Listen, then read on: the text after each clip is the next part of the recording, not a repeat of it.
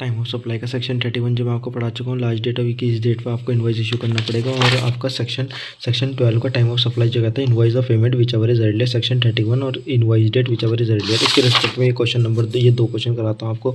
देखो शॉर्टकट में पढ़ाऊंगा जल्दी जल्दी।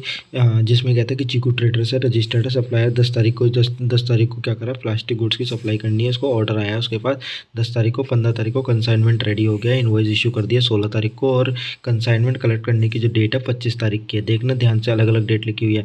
कंसाइनमेंट कलेक्ट किया उसने 25 तारीख को। इनवॉइस किस दिन बन गया, इनवॉइस बन गया लास्ट 16 तारीख को। तो last date of issue of invoice क्या होना चाहिए, जिस दिन कलेक्ट करने आया, दैट इज कॉल्ड डिस्पैच। जिस दिन हुआ अंडर सेक्शन 31 जिस दिन डिस्पैच हुआ वो last date of issue invoice होती है। और इनवॉइस उसने पहले इशू कर दिया, इनवॉइस उसने पहले इशू कर दिया तो इनवॉइस डेट आपकी कितनी बन जाएगी, आपकी 16 तारीख बन जाएगी। और फिर उसके बाद कहता है कि हैंड ओवर द चेक। और उसने पेमेंट वगैरह कब करी, पेमेंट वगैरह उसने उसके बाद करी है 25 मतलब 26 अप्रैल को, 27 अप्रैल को। तो invoice of payment whichever is earlier का डेट बनेगी, दैट इज कॉल्ड यहाँ पर इनवॉइस डेट ही आपकी टाइम ऑफ सप्लाई मान ली जाएगी। तो इसीलिए यहाँ पर कहता है कि 16 तारीख जो इनवॉइस डेट है, 16 तारीख इनवॉइस डेट को ही टाइम ऑफ सप्लाई बन जाएगा।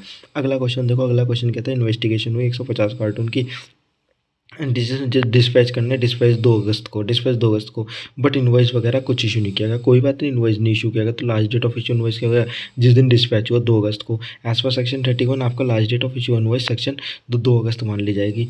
पेमेंट वगैरह की टाइम मतलब पेमेंट वगैरह किसी की भी जानकारी नहीं दी गई, आपको सेक्शन 31 का रेफरेंस देकर 2 अगस्त को ये आपका टाइम ऑफ सप्लाई मान लिया जाएगा। 2 अगस्त को टाइम ऑफ सप्लाई लिखना कैसे, as per notification number 30 registered person is this has to pay GST on outward supply as per that is called specification. और सेक्शन 12 सब सेक्शन 2 कहता है टाइम ऑफ सप्लाई।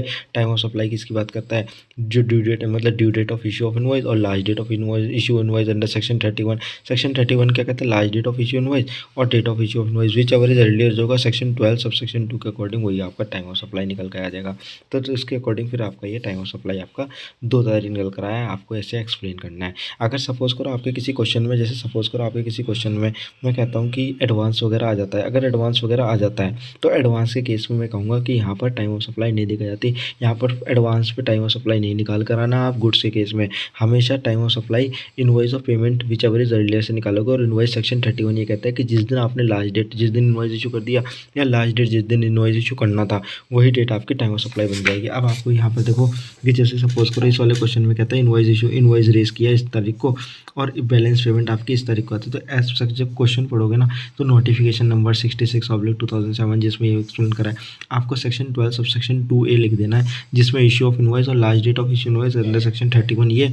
और फिर उसके बाद आपको यहाँ पर ये लिखना है कि जो इनवॉइस इशू हुआ था वो किस दिन इशू